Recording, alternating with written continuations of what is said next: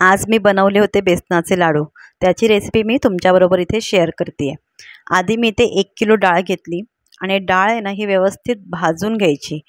भाजून घ्यायची म्हणजे ती डाळीचा ना कलर चेंज होतो, रंग थोडासा ब्राउनिश होईपर्यंत आणि खमंग खूप असा छान वास सुटतो तोपर्यंत ही डाळ भाजून घ्यायची। भाजून थंड करायची आणि मग ती दळायला द्यायची।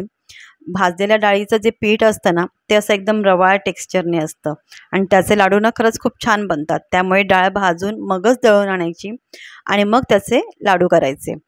आणि आता हे जे पीठ आहे भाजलेल्या डाळीचं, हे पीठ जे आहे ना हे जास्त याच्यामध्ये फायदा काय होतो ना की जेव्हा आपण हे पीठ भाजतो ना तेव्हा जास्त मेहनत करावी लागत नाही, आपली 50% मेहनत कमी होते।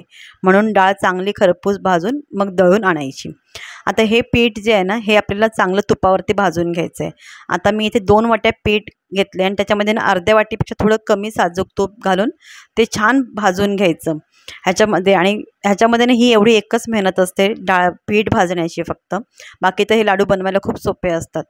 काय करायचं, गॅस एकदम मंद करायचा, अजिबात गॅस लो टू मीडियम नाही, फक्त लोवरतीच ठेवायचा आणि हे छान अगदी खमंग त्याचा कलर पिठाचा चेंज होईपर्यंत आहे ना हे आपल्याला भाजून घ्यायचं आहे। जेव्हा हे पूर्ण भाजून होईल ना तेव्हा पहा असं ना पिठावरती तूप यायला सुरुवात होते, तेव्हा समजायचं की ना आपलं भाजून झालेलं आहे पीठ आणि याचा कलर पण पहा चेंज झालेला आहे। व्हिडिओमध्ये तुम्हाला दिसत असेल कसं तूप आलं आहे, तूप त्याच्यावरती पिठावरती। अशा पद्धतीने ना हे पूर्ण छान भाजून घ्यायचं। समजा तुमच्याकडे जर 1 किलो तुम्ही लाडू करणार असाल 1 किलो डाळीचे, तर तुम्हाला ना कमीत कमी 350 ते 400 ग्रामपर्यंत तूप तुम्हाला याच्यामध्ये लागणार। मी आता हे एकदाच तूप घातलं आहे आणि मग बेसन घातलं। तुम्ही हवं असेल ना तर थोडं चमच्याने परतून असं तुम्ही चमच्याने पण तूप घालून हे पीठ भाजून घ्यायचं। व्यवस्थित भाजायचं, अगदी घाई करायची नाही, नाही तर मग लाडू चांगले होणार नाहीत। त्यामुळे पीठ व्यवस्थित छान भाजून घ्यायचं।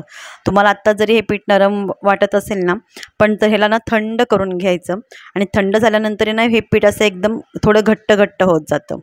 पीठ भाजून झाल्यानंतर मी एका परातीमध्ये काढून घेतलं आणि पूर्ण त्याला एक थंड होऊन दिलं। अगदी म्हणजे खूप घाई करायची नाही साखर टाकायला। पीठ व्यवस्थित पूर्ण थंड झालं, हाताला एकदम थंड लागलं की मग आपल्याला त्याच्यामध्ये साखर घालायची आहे। आता पिठी साखर 1 किलो डाळ आहे, त्या 1 किलो डाळीच्या पिठासाठी आपल्याला अर्धा किलो पिठी साखर लागेल। आता ही जी पिठी साखर नाही ही पहा मी घरातच बनवली। अर्धा किलो साखर घेतली आणि ते मिक्सरवरती मी घरातच दळून काढलेली आहे, बाहेरून विकतची पिठी साखर आणलेली नाही आहे। आता मी याच्यामध्ये ना जवळपास 5 वाट्या दाखवल्यात ना तेवढ्या प्रमाणात घातले, पण 1 किलोला तुम्ही अर्धा किलो किंवा त्यापेक्षा थोडी कमी इतपत साखर घालू शकता। आता हे जे थंड झालेलं मिश्रण आहे त्याच्यामध्ये मी घातली वेलची पावडर, साखर घालून आहे ना हे परत मी मिक्स करून घेतलं आहे। साखर आहे ना पिठामध्ये व्यवस्थित मिक्स करून घ्यायची, अजिबात साखरेच्या किंवा पिठाच्या ना गुठळ्या राहता कामा नयेत। आणि मग ह्याच्यामध्ये ना मी 2 ते 3 चमचे वरून साजूक तूप घातलं आहे। साजूक तूप मी फक्त चवीसाठी घातलेलं आहे, खूप छान होतात। तुम्ही पण 2-3 चमचे वरून साजूक तूप घाला। ह्याच्यावरती ना मी थोडंसं 1-2-3 चमचे ना तूप पण मी जेव्हा ते गरम पीठ भाजलं ना तेव्हा मी शिंपडलं होतं, पण नाही शिंपडलं तरी हरकत नाही। आणि मग 2-3 चमचे साजूक तूप मी घातलं आहे आणि जेवढ्या आकाराचा आपल्याला लाडू हवा आहे तेवढा मी वळायला घेतला। आता लाडू गार्निशिंगसाठी तुम्हाला काय तुम्ही कोणी मनुकाही लावतं, कोणी काजू लावतं। मी इथे काजू लावलेले आहेत आणि जितक्या आपल्याला साईजचा हवा आहे तेवढे लाडू मी इथे सगळे लाडू ह्याचे असेच वळून घेतले आहेत। एकदम छान होतात लाडू, अजिबात ते लाडू असे झोपत नाहीत किंवा पसरत नाहीत। खूप जास्त तूप घातलं ना तुम्ही त्याच्यामध्ये आणि जर साखर टाकायला घाई केलीत ना तर ते लाडू ना तुमचे सगळे फसून जाणार, ते लाडू सरळ नीट राहणार नाहीत।